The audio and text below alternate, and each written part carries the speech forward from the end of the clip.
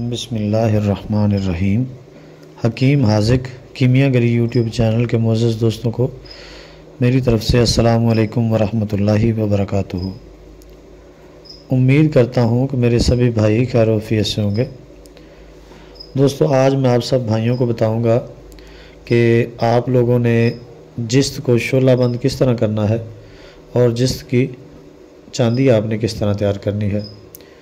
बड़ा ही बेहतरीन सा प्रोसीजर है और सिर्फ़ एक ही आंच आपने देनी है बस, और कुछ भी नहीं करना।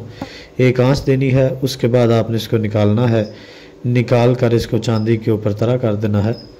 इसके अंदर दोस्तों चांदी के ऊपर तरा करने का मकसद ये होता है कि ये जल्दी मेल्ट हो जाए, क्योंकि यहाँ पे ये थोड़ा सा हार्ड हो जाता है ज़्यादा, और जल्दी आप लोगों से ये मेल्ट नहीं होगा, पिघलेगा नहीं।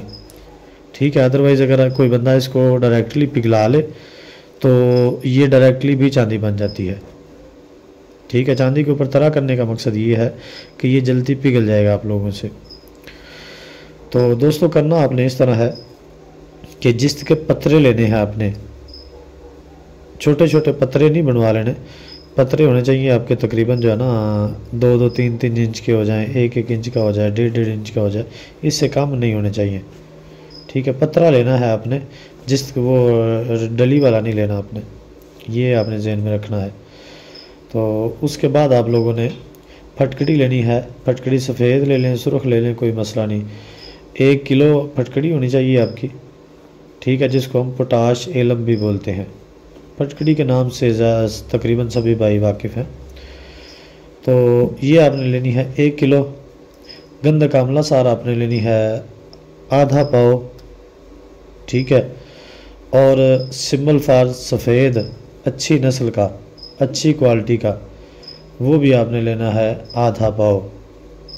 ठीक है दोस्तों, इन तीनों चीज़ों को आपने अच्छी तरह यकजान कर देना है। पहले इनको अलग-अलग ग्राइंड कर लें। फटकड़ी, गंधक और सिमल फार को अलग-अलग पहले पीस लें। पीस कर उसके बाद इनको आपने इकट्ठा कर देना है।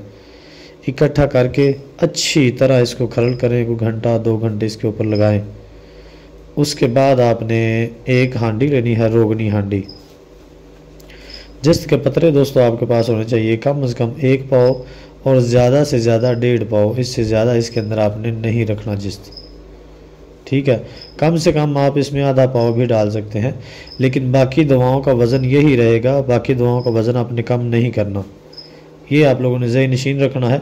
क्योंकि अक्सर भाई इस तरह करते हैं कि जो दवाई होती है उसका मिकदार आधी या उससे कम कर लेते हैं और बाकी दवाइयाँ भी कम कर लेते होते हैं, जिस वजह से उन भाइयों को नाकामी होती है और वो बाद में जो नुस्खा नवीस होता है उसको ज़ाहिर है वो बुरा भला तो कहेंगे ना कि इस बंदे ने हमें जो है ना चूना लगाया है। ये तो बात फिर बाद में सुनने को मिलती है ना। तो इसीलिए आप सब भाइयों ने ये ज़हन में रखना है कि बाकी दवाओं का वज़न कम नहीं करना, जिसका वज़न कम कर सकते हैं वो कोई मसला नहीं। तो उसके बाद आपने रोगनी हांडी के अंदर पहले डालना है मीठा सोडा आधा किलो। उसके ऊपर ये जो पाउडर होगा तीनों दवाओं का, मीठा सोडा डाल के उसको अच्छी तरह दबा देना है। ठीक है। साइडों पे थोड़ा सा ये यानी कि ना एक तय लगा देनी है उसके अंदर, हांडी के अंदर। उसके ऊपर आपने ये जो हमारा बाकी का मटेरियल होगा तीनों दवाओं वाला, फटकड़ी, गंधक और सिमल फार वाला, इसको आपने बिछा देना है आधा। उसके ऊपर आपने जिस्त के पतरे चुन देने हैं। जिस्त के पतरे चुनने के बाद उसके ऊपर आपने फिर वही मटेरियल डालना है तीनों दवाओं वाला, और बाकी फिर उसके बाद आपने मीठे सोडे के साथ हांडी को मुकम्मल तौर पर भर देना है। खला उसमें नहीं रहने देनी। समझ गए होंगे आप लोग बात मेरी। हांडी के अंदर खला नहीं बचने देनी आपने। अच्छी तरह दबा के उसको आपने भरना है। भर के उसके बाद आपने उसको अच्छी तरह मजबूत गिलकमत कर देना है। मजबूत गिलकमत करके उसको आपने खुशक करना है। खुशक करके उसको आपने 15 से 20 किलो उपलों की गड़े में आँच देनी है। जब आपकी आँच ठंडी होगी इंशाअल्लाह अज़ीज़ मालिक के फजलो करम से फटकड़ी भी आपकी तेल हो जाएगी। ठीक है। और जो जिस्त होगा वो मुकम्मल तौर पे शोला बंद होके एक डली की शक्ल में आपको मिलेगा। ठीक है। अक्सर इस तरह होता है कि आग की कमी बेशी की वजह से जिस्म थोड़ा थोड़ा भुरभुरा टाइप हो जाता है। ठीक है, तो बाकी वैसे जो है ना ये डली की शक्ल में आपको मिलेगा, बेहतरीन शोला बंद होगा। इसको आपने यहाँ से निकालना है, यहाँ से निकाल के अगर कोई भाई इसको डायरेक्टली थोड़ा सा तेज़ आंच वैसे इसको लगती होती है भट्टी पे, तो ये चरख खा जाता है। ठीक है, अगर इसको डायरेक्टली ना चरखा सके तो चांदी के ऊपर तरा करेंगे तो इंशाअल्लाह लजीज़ ये आपका जिस्त बेहतरीन जो है ना वो तरीके से चरख खाएगा और मुकम्मल तौर पे ये नुकरा के घर में जाएगा और कॉपर के पत्रे पे बैठेगा ये निहार में इंशाअल्लाह लजीज़। तो इसको बना के इससे फ़ायदा हासिल करें। उम्मीद है ये इस महंगाई के दौर में आप सब भाइयों के काम आएगा इंशाअल्लाह। तो बाकी दोस्तों, अगर ये एक आंच में आप लोग देखेंगे कोई थोड़ा बहुत कोई मसला आ रहा है, क्योंकि आंच की कमी बेशी की वजह से कोई थोड़ा बहुत मसला आ सकता है। अगर कुछ फील करें तो आपने एक आंच इसको और दे लेनी है, मसला नहीं है। ठीक है, दूसरी आंच में इंशाअल्लाह लजीज़ ये आपका बेहतरीन किस्म का जिस्त तैयार हो जाएगा। तो इसको आपने सिर्फ ये चांदी के घर में जाएगा।